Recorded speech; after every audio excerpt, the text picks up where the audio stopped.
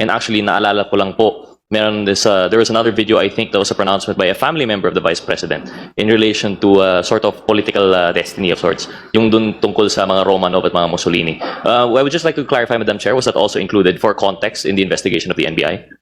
May we hear from the NBI? The Honorable Gutierrez is asking if the video about Romanov is part of your submissions. Yes, Your Honor, it's part of the submission. The but, same has been authenticated yes, as well? Yes, Your Honor, but it's being considered on an ongoing investigation. It's part of your ongoing investigation. Honor. What's the pleasure of the Honorable Gutierrez? Madam Chair, that was just a clarification po, no, kung na-consider. That's all. Thank you, Madam Chair. Madam Chair, The Honorable Bel Zamora. short manifestation. I believe that all of us saw this video also wherein the brother of the Vice President referred to the Romanovs. If I may interrupt, since we are discussing on the video, for the guidance of the members, since it's part of the submission, with the indulgence of the members, may we play that video? Yes, Madam Chair. Yes? So, Secretariat, please be directed to play the video about that Romanov.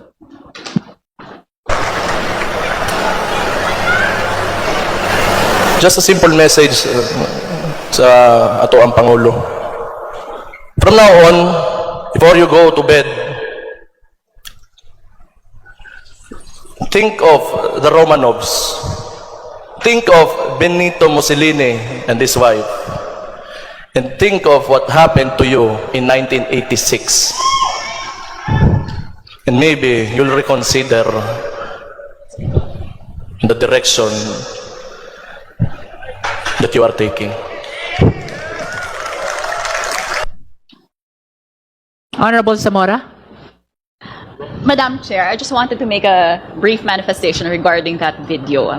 Maybe I'll give a little crash course on history. The Romanovs were the ruling imperial dynasty in Russia from the 1600s to the early 1900s, Madam Chair. And why?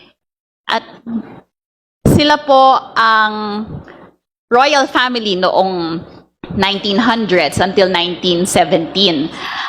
Noong 1917, nagkaroon po ng February uprising kung saan napilitan mag-abdicate, i-give up ni Tsar Nicholas II ang kanyang pwesto dahil may communist uprising. Pagkatapos po, October 1917, merong another uprising by the Bolsheviks, which was led by Lenin. And ano pong nangyari dito? Kaya mahalaga itong Romanovs na to. Sila po, ang buong pamilya, ang mag-asawa na si Tsar Nicholas II, si Tsarina Alexandra at ang kanilang 5 anak ay kinuha, nilagay sa isang house sa Siberia at isang araw pinagpapapatay po silang lahat. So, yun po ang reference, nakababahala po ang reference nila sa Romanovs. Bakit naman din po nila babanggitin si Benito Mussolini? Sino ba to? Ang fascist dictator from 1922 to 1943 ng Italy. He allied himself with Hitler and the Axis powers until he was removed by King Victor Emmanuel and executed in 1945. The point is, Madam Chair, nakababahala nga ang kanilang reference sa ganitong mga okasyon, sa ganitong mga tao, and their propensity to refer to executions or to idolize dictators is appalling and should not be countenanced. Thank you, Madam Chair. Madam Chair. That is very enlightening. Can we hear first the appreciation of the NBI? Having heard the history from the Honorable Zamora, how did the NBI appreciate this video of Mayor Baste? Yeah, well, thank you for the cross-current history. Although we already have traced back why there's a referral on that matter. So, and I tend to agree with the Honorable Zamora that the reason why we're still considering what we're saying that there's an ongoing investigation, because just recently, I think first week of April, there was a rally in Club Filipino when they launched the Rage. Even the name, you'll see it, Rage. So, wherein the Mayor Baste Duterte made reference to kuhain yung ulo ng Pangulong Marcos, ano? And we've noticed a pattern na paulit-ulit, laging sinasabi kuhain yung ulo. I think there was also a video submitted by NBI, which was also being considered in the ongoing investigation, that Vice President Sara Duterte also preparing to remove the head, ano? And I'd like to make a reference on the earlier statement of Honorable De Lima on the pattern of behavior of the family. So lahat po yan ay recorded naman and been publicly used. And yun pa po yung isang nagiging challenge sa amin sa NBI because again, just recently when the President Bongbong Marcos was present live in Palayan, Isabela, meron pong isang individual doon sa live na nag-post na barili na yan. So it's very alarming dahil hindi na para continuing na po yung threat sa ating Pangulo.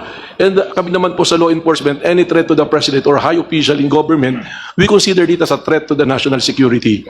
So it's good that these things are being raised here. So in addition to that, I issued a memorandum circular, administrative order number 11 po, dahil sunod-sunod na nga yung mga threat po na nakikita namin sa social media, creating a task force to continue investigate this matter.